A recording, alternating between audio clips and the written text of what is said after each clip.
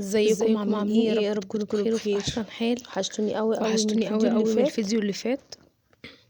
نبدأ كده الفيديو بتاعنا بالصلاة على النبي. اللهم صل وسلم وبارك على سيدنا محمد وعلى آله وصحبه أجمعين.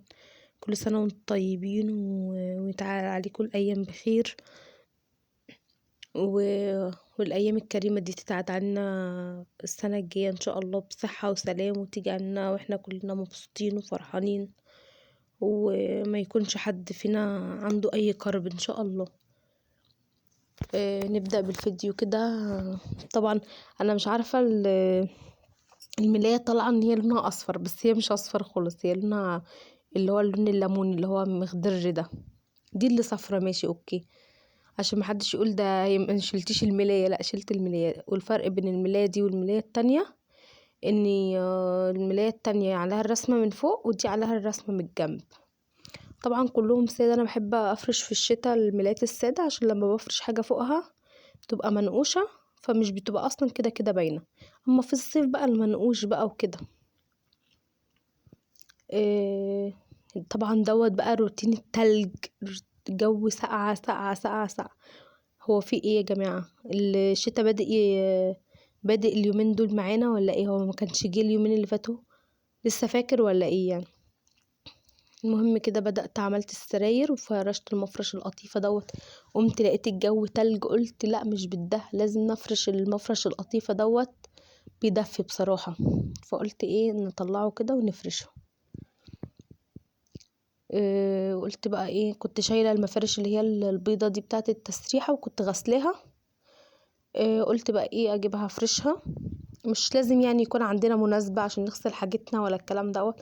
بدل ما تشوفي الحاجة مبهدلة او فيها حاجة متسخة او كده، نشيلها على طول وكده، مش نتراكم علينا الحاجة لما يجي مناسبة وننظف ونعمل وكده. دلوقتي كده كنست الأوضة وطوقتها كده بالشرشوبة وخلاص على كده. مش هتاخد مننا وقت. مسحتناها مرة واتنين كده، ننشف كده الدنيا حوالينا والدنيا تبقى نظيفة وتبقى زي الفل ان شاء الله. نلمع كل حاجة كده والأوضة بقت زي الفل. فرشته كده. وطبعا الصالة أول مرة بقى تطلع معاكم. كان عندنا غسيل، أنا مش عارفة ايه الغسيل ده. أنا بجد ما كنتش عارفة أروح منه فين، غسيل ملموم، غسيل منشور، والله العظيم دوت ملموم. ولسه في نفس الوقت بتاع الفيديو نشرة ودورة في الغسالة وفي ذرة في السبت بتاع الغسيل. وبصوا دلوقتي بقى وانا بسجل لكم الذرة اللي في الغسالة خلصت، وفي ذرة في الغسالة تاني والسبت تتملى. ما تعرفوش منين، ما تعرفوش الغسيل دوت محوطنا من كل الاماكن. يلا ربنا يعيننا اول باول كده نعمل حاجتنا عشان مش تتراكم علينا. الغسالة لو تعرف مكان الاسم هتروح تبلغ فينا. نطبق كده الحاجات البيضة. كان عندي ذرة ابيض نشراها، وذرة اللي هي الفوط دي بغسلها لوحدها. وكده اول باول مش نكركب حاجة حوالينا وكده، والدنيا ان شاء الله تبقى زي الفل. والله الصلاة دي انا عاملاها قبلها بيوم، كانت زي الفل بالليل. قبلها بيومين، عشان كان قبلها بيومين. وجي بقى السيد وقع على المفرش اللي هو بتاع اهي. كنت دوت كنت مصوره لكم قبلها بكام يوم كده. كنت شايله برضو المفارش بتاعه البار، كانت بيضه، وقلت بدل ما انا هشغل على دور ابيض اخد دول معايا ايه متطربين وكده من العفار وكده. دلوقتي بقى انا خلاص طبقت الغسيل. السيد كانت اللي هي الفرشه المختلفه اللي انا واقفه عندها دي، طبعا كانت مفروشة تبع الطقم، بس السيد وقع عليها حاجة فقمت شايلها بقى وفرشة دي مكانها.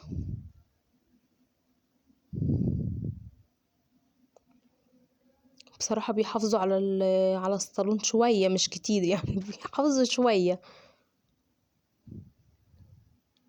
الصالون عايز له غسلة 100 بس شوية كده بقى، عشان عايزة اجيب له كفر اغسله واروح حط عليه كفر على طول، لانه بجد اتبهدل من العيال بقى وكده. ايام قبل ما يعني اول ما اتجوزت، قبل ما السيد بقى يتشاء او يكبر وكده، كان على طول نضيف. دلوقتي بقى عشان خاطر طفل وبياكل بيطلع يحط ايديه على على الصالون وكده، فبدأ الحاجة تتبهدل. دنينا ادينا في الحاجة كده، وان شاء الله الحاجة تدنها كويسة عمر طويل يعني. كده نحط المخدة. حبيت ان انا اغير يعني اللي هي المنقوشة دي، احط ناحيتها المخدة السادة، ونغير كده، ونحط في ديت اللي هي المقلمة دي، علشان خاطر ايه الفرشة بتاعتها سادة، وننفض كده الكراسي ونعدلها.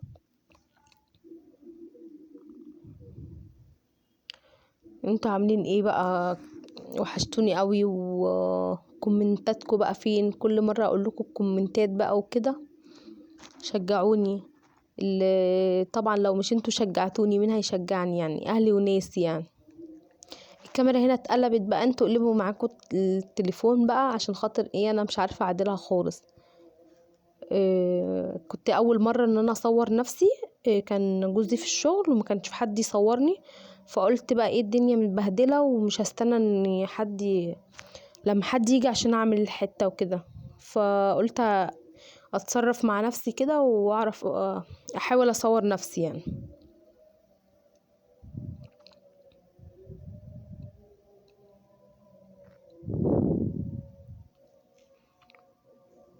الله اكبر، الله اعظم.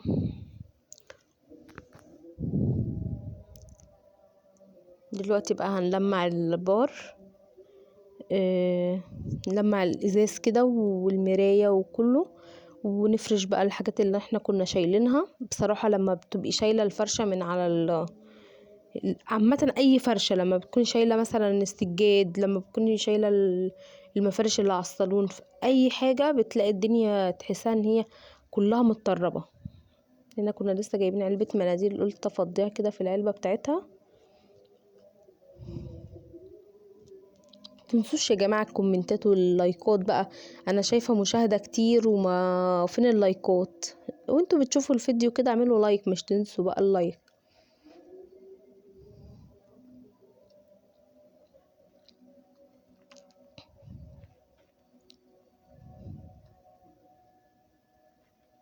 نمسح كده، البتاع دوت بيشيل تراب، والله العظيم كل يوم بيتمسح واكنه ما بيتمسحش.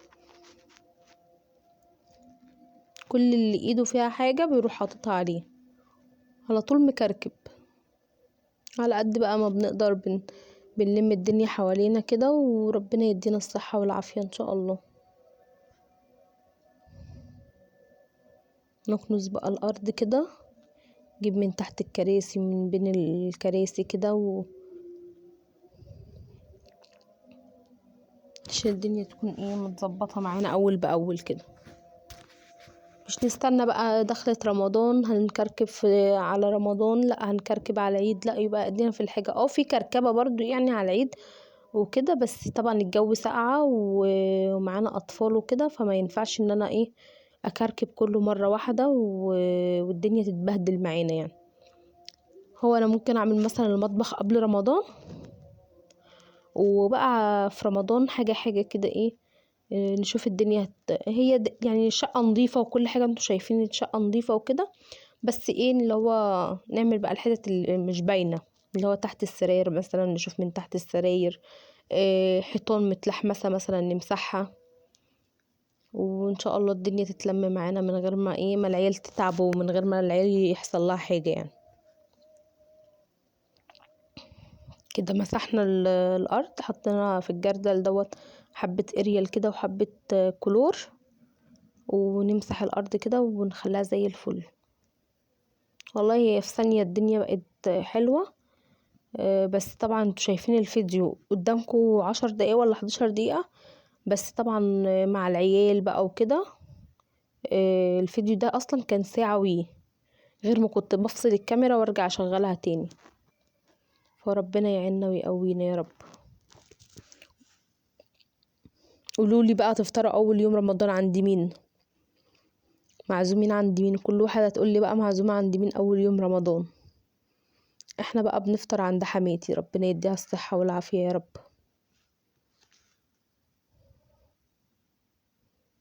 هنا طبعا الحافظة اللي انا شلتها من على السجادة دي هنقعها في الحمام دلوقتي في الطبق في الحمام. بحط لها حبة كلوريكس الوان من اللي هما الفرط دوت، ما بجيبش اللي هو التاني، بجيب اللي هو الفرط ده من عند الصبانة.